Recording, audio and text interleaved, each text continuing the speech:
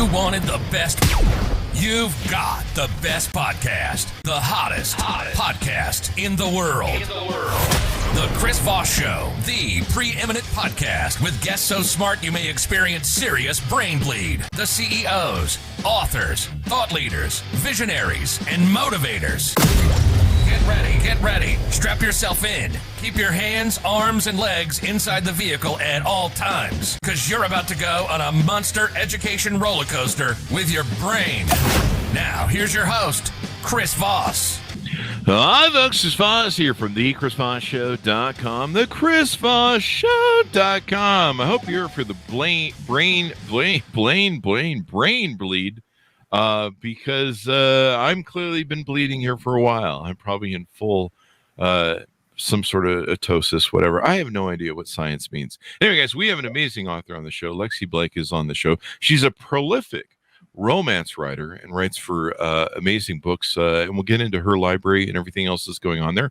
As always, we guilt you at the beginning of the show with a little bit of shaming to refer the show to your family, friends, and relatives.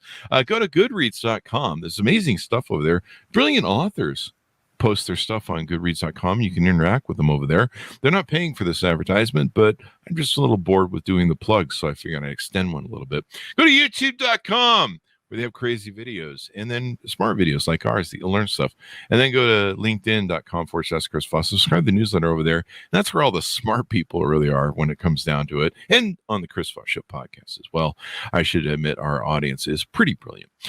So we'll get into Lexi Blake and her amazing books. But first, we want to do a little monologue comedy here to cover. This is from the AP News, Associated Press, if you can't spell AP. And the news topic today is a cocaine cat escaped its owner and will now live at the Cincinnati Zoo. What's going on in this world, folks? We got cocaine cats. We've got the cocaine bear, which is running through movie theaters right now. Is there like a problem that we need to address in America where, there's so many of us that evidently have a drug problem that it's now moved on to our pets? Like, what's going on there?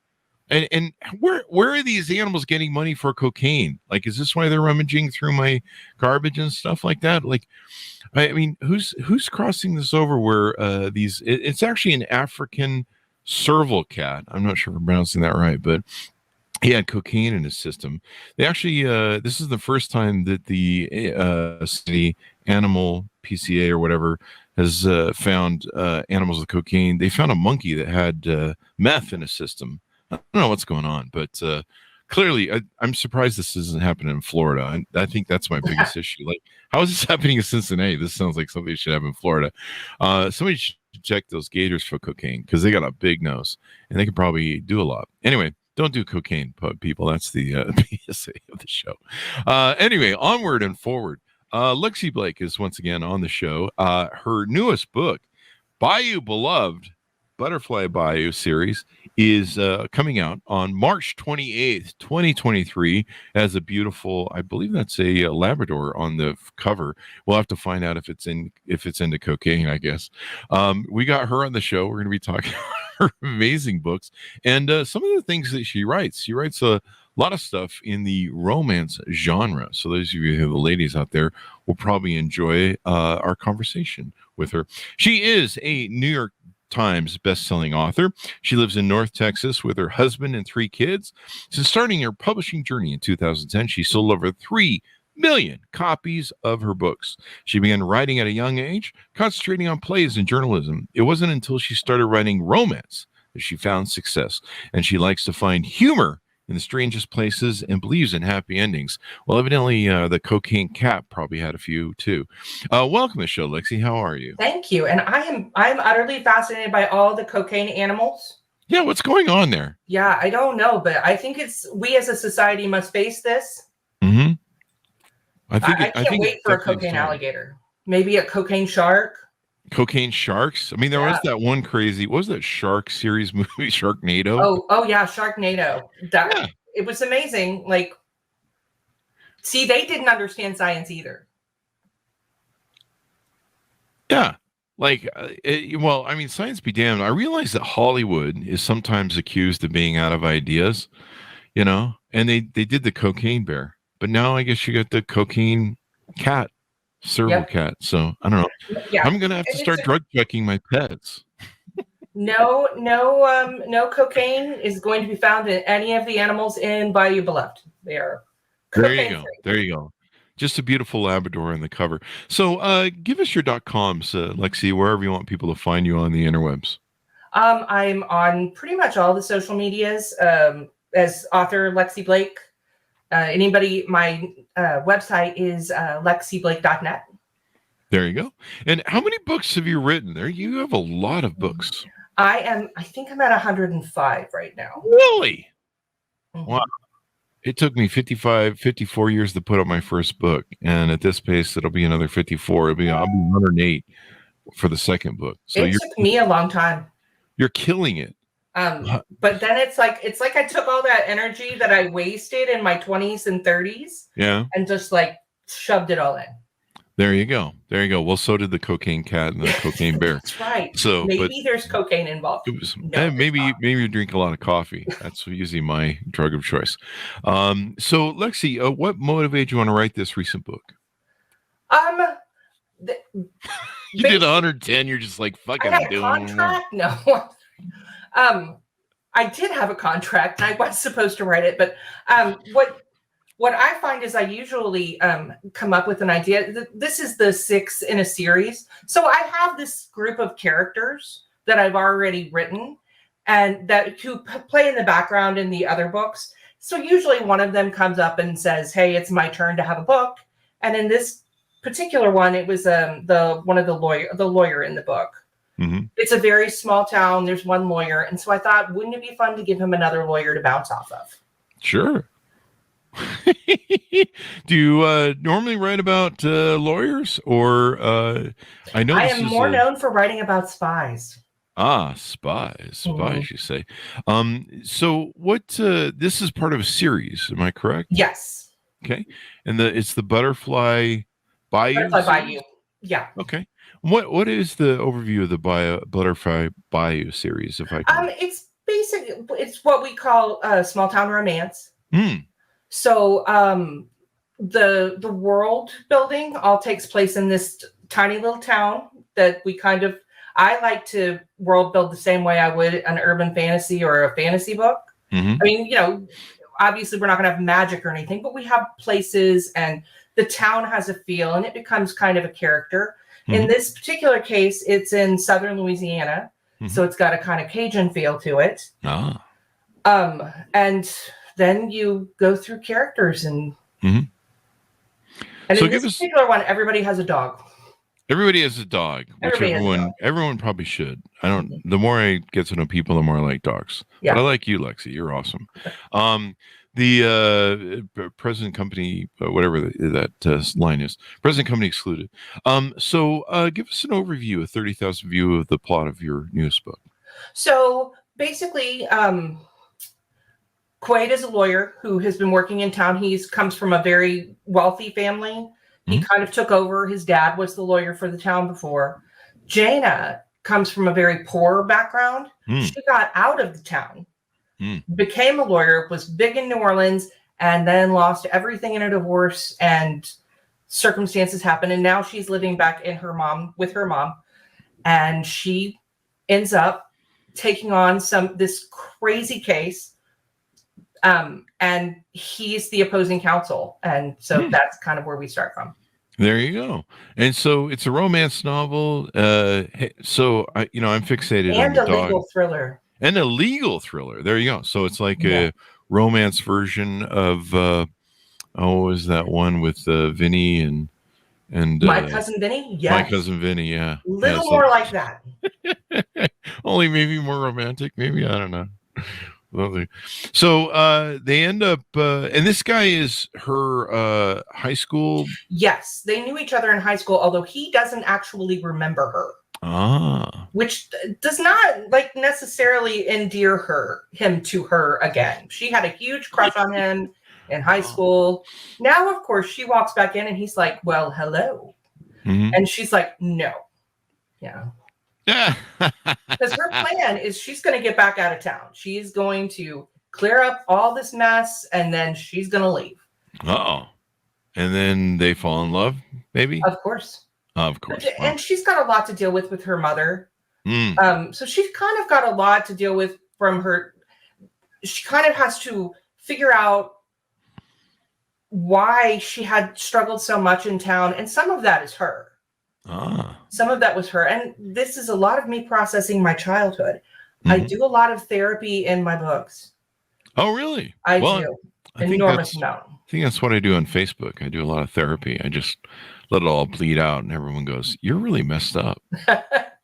That's and in the podcast too. We use the podcast for therapy as well. I don't know. I think it's a narcissist delivery or something for me. So so this is a thing where she's basically going to someone she had a crush on, and more romance than ever. What do you feel kind of separates this from some of your other novels? I think this one is much more. This whole series is more family drama. I usually write these kind of big international thriller style romances where the fate of the world is happening, and when I need a convenient dramatic thing to happen, I just blow something up. It's a lot harder when you can't blow anything up. Yeah, I think Michael Bay does that. Human drama. I think Michael Bay does that in his movies a lot too. Yeah. Just blow something up. Just blow something up. And then you talk about the feelings that people had when something blew up. Yeah. I just blow up the feelings. That's what I do. I'm into that. Yeah. I do that on Facebook as well. So this is an interesting tie-in because I didn't plan this when I was doing the cocaine alligator joke, but there's actually a bit of a story in here about an alligator and your characters.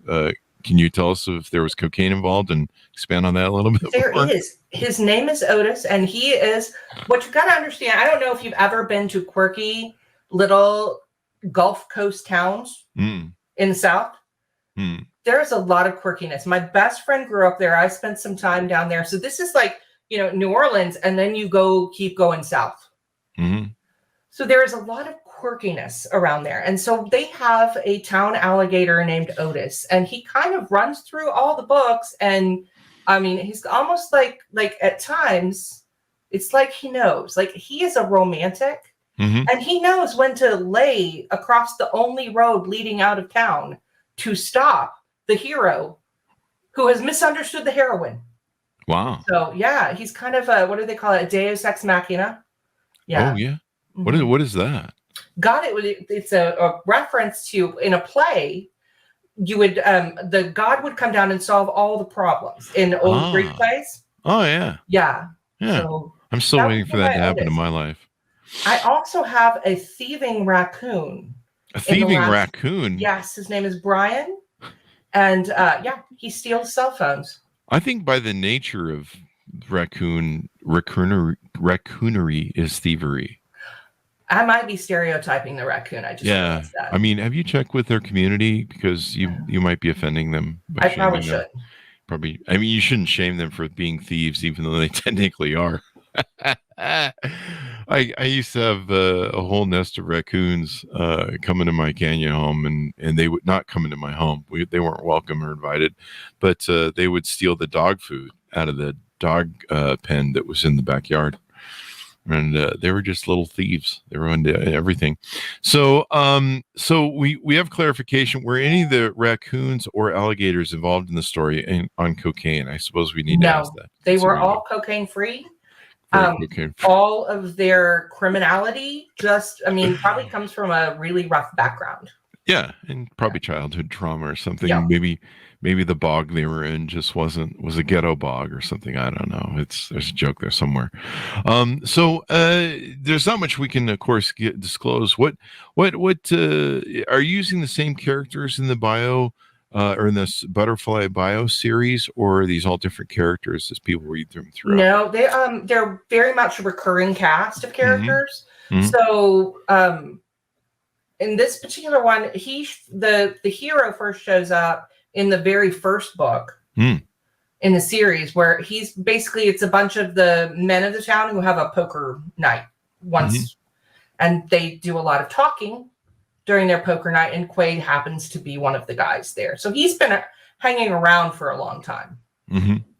You ever thought about writing children's books, on the thieving raccoons? Raccoon That sounds like one of those Dr. Seuss sort of books, maybe, that could go that way. could be. Yeah. All right. Well, I'll send you a contract over to get some royalties off That's that right. idea. And maybe I could post something up in those books. That's 110 books right there. That's right. Dr. Seuss and the thieving raccooneries. Maybe the reason they're thieving raccoons is they're stealing for cocaine money. That could be that. Oh my God. You might have just cracked this open. I didn't even plan any of this tie into the monologue, so I don't know. It just got. Hey, I can work a cocaine bear into everything. I'm going to tell you, in my June book that's already done, I have a cocaine bear reference. I am fascinated by cocaine bear. There you go. It's interesting how that has caught on, and I guess that's why this other story hit the AP, because people just like the idea of a cocaine bear going crazy, and I guess that's based on a true story a little bit too. So I don't know, man, what's going on in the world. Anything more we should know about your protagonists in here and what they're up to? Well, the funny thing is the actual court case that this whole thing is surrounding. I take a lot from my actual real life. Mm-hmm. So in this court case, basically, the plaintiff is very angry that the defendant has taken down a tree that is technically in his property. He runs a gas station, and she has a house. She just has a house that's behind the gas station. So he takes down the tree, and now all of the gas station lights come into her house. And her ground is a little higher up. So she decides so she loses the first case because it's there. And then she decides, you know what? This is Geraldine, and she is 78 years old. Mm-hmm. She decides that if he can do all of that and he can take away her tree that hides everything, she will have nude parties. Oh. And so she brings all her friends over. And so the second case is the defendant trying to get her to shut down her nude parties because it's scaring away his gas station customers. And how old is she again? Well, she is 78. Wow. Okay. Yes. Well, you still got some looks at 78. Yes. So it's very quirky and very but this all came about because one day I didn't realize how close I lived behind a gas station because of the trees. This really happened to me. I did not have the parties. You didn't have the nudist parties in response? I just yelled and screamed about it. Well, there's still time. So I'm thinking that would run away his gas station. It really would. Yeah. But I should. So that's me taking stuff from real life. Well, this is definitely an interesting romance novel. If there's somebody running nudist parties at their house, that's a whole new level of romance. Oh, people who read me would not be surprised. Really? So is this a recurring theme? This is an everyday thing for me. Wow. All right. Well, this is why you're popular and you put out a lot of books. Yeah. Evidently, you have a huge nudist colony following. Hopefully. They're all welcome. That's okay. I like this. We're expanding the audience in the Chris Voss Show. We're going to have a nudist colony. People are going to, and hopefully some cocaine bears will pick this up. Yeah, I think we already have an addiction service there. We had a few people on that run addiction recovery services. We should put an ad for this at the end of the thing. If you're a bear or cat, and you think you're tired of the ups and downs of the cocaine partying, you call this 1-800 number. That's right. For late night. Other bears are here to help you. You are not alone. You're not alone. There's other bears in the thing. But maybe the bear is just trying to get out of hibernation. He's like, hey, I don't want to go to sleep, man. So I'm going to take some cocaine all winter and get through this, and then I'll just party while everyone's asleep. Sounds like what I do in Vegas late at night.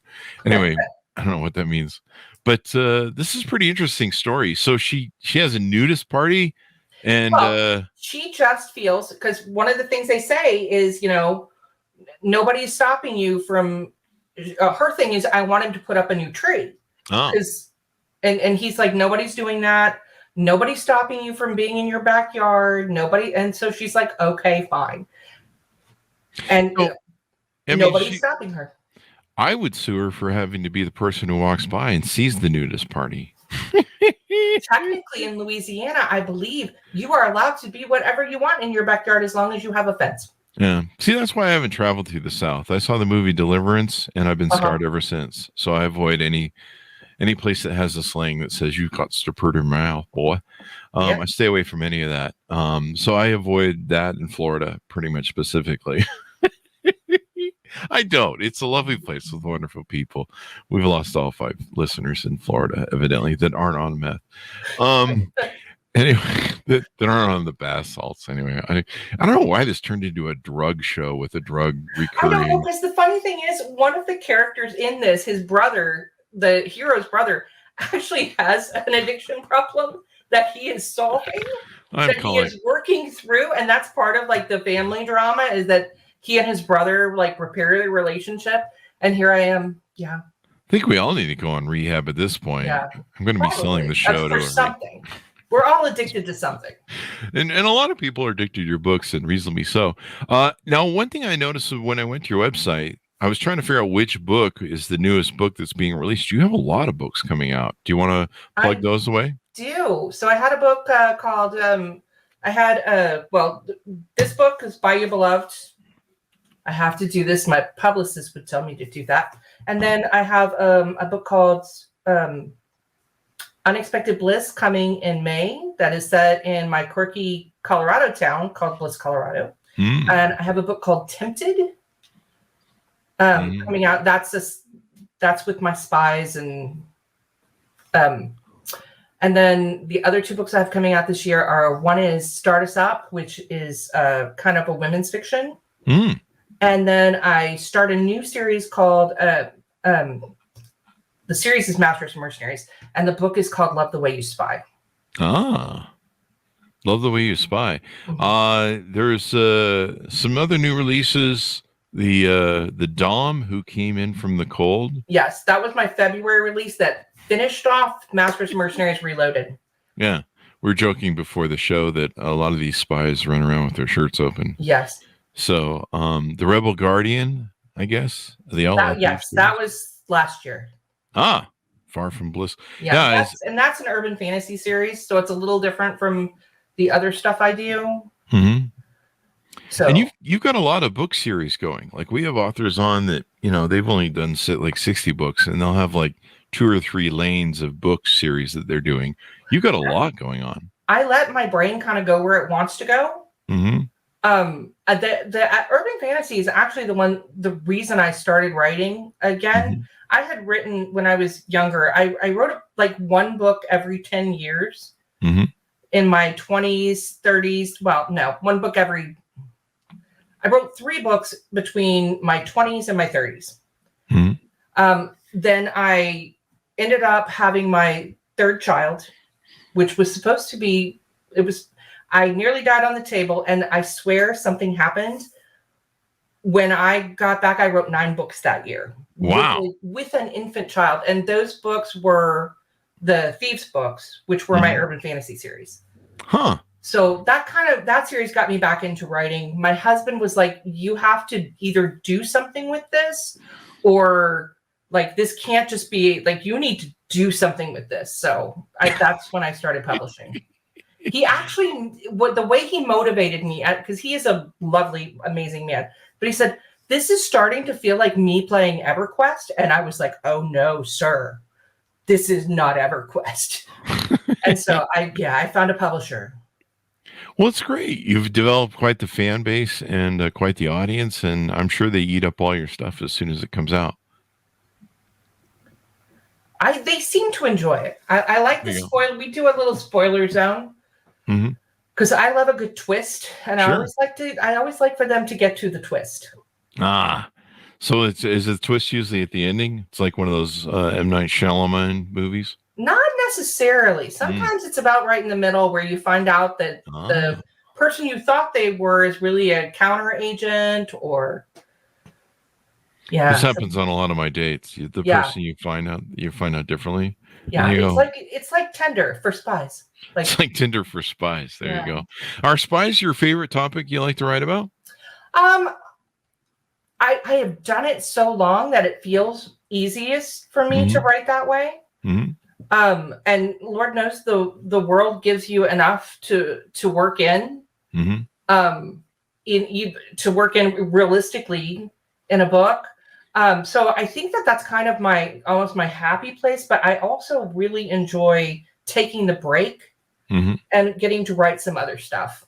There you go. Do any of the spies have pets that have cocaine problems? I think they should. We don't know. Maybe that's the next twist. I'll send over a contract for the royalties on the next book if you cut that. Well, this has been really insightful, Lexi. Anything more you want to tease out about the newest books or whatever else you have coming up here in the future? I'm really excited about the August book. I finished, and I'm going to finish it tomorrow. Yay. This is this is with a small press, so they can get a book out faster than the years that it takes. I wrote Bayou Beloved way back. But it's called Start Us Up, and I'm really excited about writing its first person present tense. And it's got a lot to do with the tech world and kind of what it means to be a woman in that kind of world. And I'm excited about that. You should incorporate that Chat GPT that's like really popular right now. It is about AI. Yeah, there you go. Working on an AI at the time. Yeah. It's like no one will shut up about it on my Facebook page. But see, now I worry that I'm making it out to be like this really nice AI. So that's the way AI would look in this particular women's fiction world. Whereas if it was in Masters and Mercenaries, that AI would be taking over the world. Yeah, there you go. You make it evil because everyone bets that it's going to become evil eventually. Of course it will. So, yeah. There is no question. When are we going to get an AI on cocaine? Yeah, there you go. AI on cocaine. That's my new. Hey, somebody Google AIcocaine.com. It's probably sold out because some gang who jacked up on coke bought it. But no, I mean that would be funny, man. And it's like sniffing a lot the whole time, rubbing its nose. That's right. It's giving you whatever texture you're gonna do. So this will be pretty awesome. I'm sure your fans will love it and they'll look forward to it. Lexi, give us your .com so people can find you on the interwebs, please. It's lexiblake.net is my actual website address, and then I'm on all the socials as author Lexi Blake. There you go. Lexi, thank you very much for coming on. We really appreciate it. It's been fun having you. There you go. And thanks to my audience for tuning in. And as always, PSA, boys and girls, stay away from drugs. They're bad for you, especially, the marijuana ones. Don't do that. I wouldn't. But the other stuff, stay away from the hard stuff. Just stick to coffee and tea and you make good positive affirmations and stuff. I don't know. Do whatever you want, people. Just don't hurt other people. That's all we ask.